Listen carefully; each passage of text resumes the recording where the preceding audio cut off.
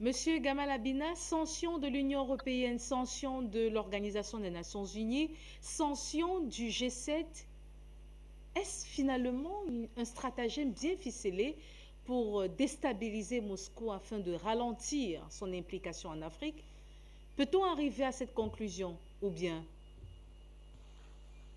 Les sanctions qui ont été votées sont des sanctions uniquement, et c'est bien que Luc Michel a rappelé, qui représentent 20% de la planète. Ça ne représente pas les 80% de la planète qui n'ont aucun problème avec les Russes. Ce stratagème grossier, encore une fois, j'ai expliqué tout à l'heure, ne peut pas aboutir dans la mesure où le pays est quasiment autosuffisant en tout. C'est-à-dire qu'on ne peut pas l'affamer, comme c'était le cas en Irak.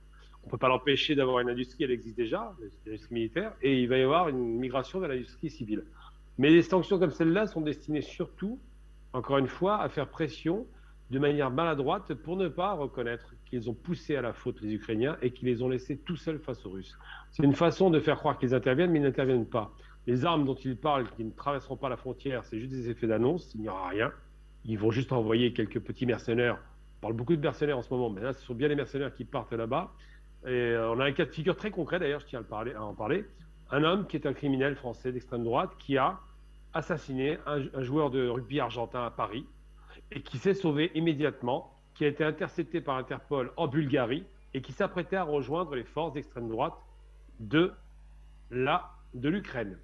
Donc c'est intéressant parce qu'on se rend bien compte que la plupart des excités qui vont là-bas, c'est un petit peu l'effet inverse de ce qu'on avait à l'époque de la guerre d'Espagne où il y avait ces fameuses brigades internationales de gauche qui rejoignaient les républicains espagnols contre Franco. Et bien là, c'est le contraire.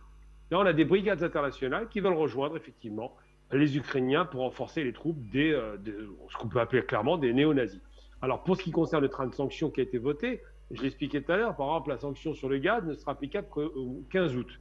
Donc autant dire que c'est une farce. Les sanctions sur le pétrole, sur la monnaie, par exemple, ils ont aussi fait une sanction sur la monnaie, ça n'a pas marché puisque maintenant c'est du rouble qu'ils doivent acheter. Ceux qui sanctionnent sont obligés et contraints d'acheter une monnaie russe. C'est une belle ironie. Donc ils ont renforcé les capacités russes en termes monétaires. Et surtout, les sanctions sont destinées à faire plier le pays pour faire mal au peuple. C'est Bruno Le Maire, comment on va appeler ça, dans sa bêtise, on va être gentil, dans sa bêtise, qui a osé dire qu'il allait faire mal au peuple russe. C'était rare d'ailleurs de la part d'un ministre très limité le concernant, d'entendre un homme qui est censé être diplomate nous dire qu'il va faire mal au peuple russe. La dernière fois qu'on a entendu ça, c'était en Irak, mais a posteriori. C'était Madeleine Albright sur les enfants irakiens, dont elle disait que 500 000 morts enfants irakiens, ça valait la peine. Et bien là, il dit la même chose pour un peuple entier, là, le peuple russe, 200 millions, enfin 300 millions quasiment d'individus, hein, si on élargit sur l'URSS, enfin sur l'ex-URSS, donc sur la Fédération russe au sens large du terme. Dire ce genre de choses, c'est pas très sérieux. Les sanctions ne produiront aucun effet, mais c'est un effet d'annonce pour rassurer les populations, pour dire on fait quelque chose.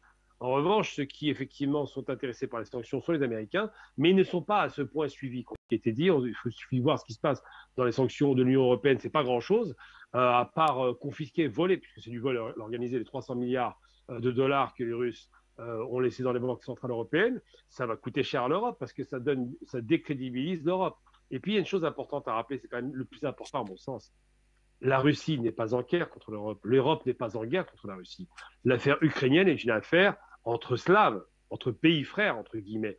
Et là, on se retrouve dans une posture où quasiment tous les Européens ont envie de jouer les va en guerre, ce qui est quand même très dangereux pour la paix.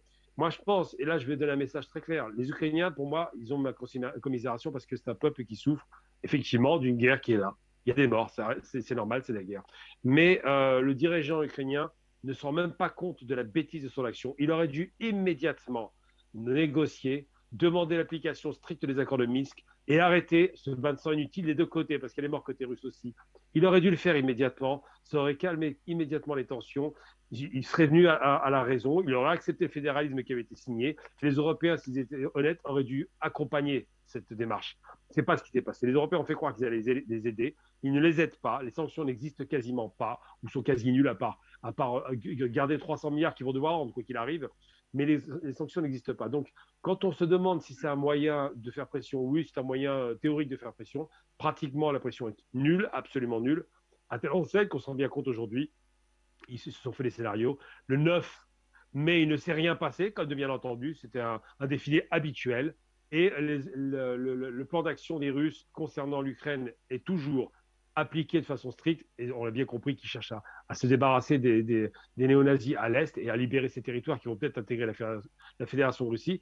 Et concernant la question africaine, puisque vous faites référence à cela, il y a un nouveau rideau de fer qui est tombé sur le monde, qui a été provoqué par l'Amérique. Ils l'ont voulu, ce rideau de fer. Ils ont cherché à créer un ennemi islamique, un ennemi du monde islamique trop faible pour pouvoir répondre. Ils ont recréé un ennemi russe. Voilà ce qui s'est passé. Ils ont été mauvais là-dessus. Ça va leur coûter très cher.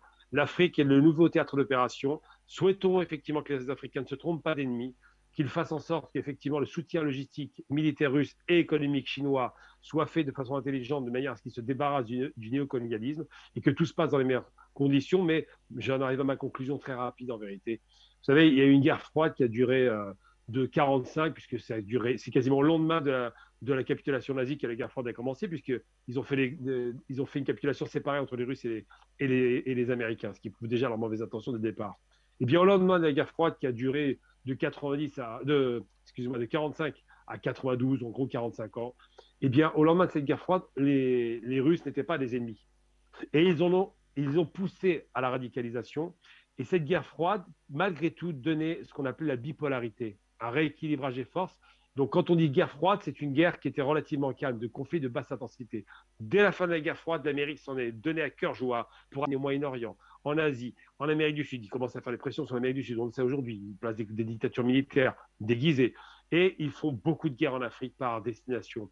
Eh bien, moi, je pense à choisir entre la guerre froide ou la paix chaude, c'est comme ça qu'on va l'appeler, la guerre américaine. Mieux vaut un retour de la guerre froide avec un rééquilibrage des forces. Et je l'appelle vraiment de mes voeux. Je pense qu'il faut une bonne fois pour toutes qu'on arrête ce monde unipolaire qui a assassiné, je donne le chiffre, 5 millions d'individus au Moyen-Orient, avec des pays en cendres. On parle beaucoup de l'Ukraine qui est encore debout, mais l'Irak, la Syrie, l'Afghanistan, évidemment la Somalie qu'on a oublié, évidemment le Yémen aujourd'hui. Tout ça, c'est des guerres américaines, de guerres froides qui sont réactivées. Eh bien, si les Russes sont de retour sur le schéma géopolitique, ça va peut-être enfin calmer les ardeurs de ces barbares que sont les Américains, qui depuis 45, 77 ans n'ont jamais déclaré la guerre à un seul pays. L'Amérique fait la guerre sans aucun mandat de l'ONU et sans la déclaration de guerre. Voilà ce qui se passe. Ça s'appelle un État prédateur très dangereux. Rappelons-le. Voilà pourquoi je considère qu'il vaut mieux un retour effectivement du rééquilibrage des forces et que l'Afrique pourrait peut-être en profiter.